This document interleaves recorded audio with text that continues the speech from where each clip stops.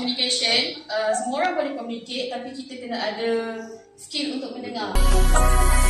Yang kami dapat sepanjang team building ni, satu, group thinking. Group thinking ni yang macam kita punya Amazing Race tu, fikir. Ada sound tak? Okay, kejap kita share creativity sesama team. Maksudnya macam yang lain point of view dia lain, nak susun IT tu, yang lain point of view dia lain. So kita share among kita punya ni lah, creativity tu. Second, bonding. Sebelum ni kita tak kenal sangat-sangat.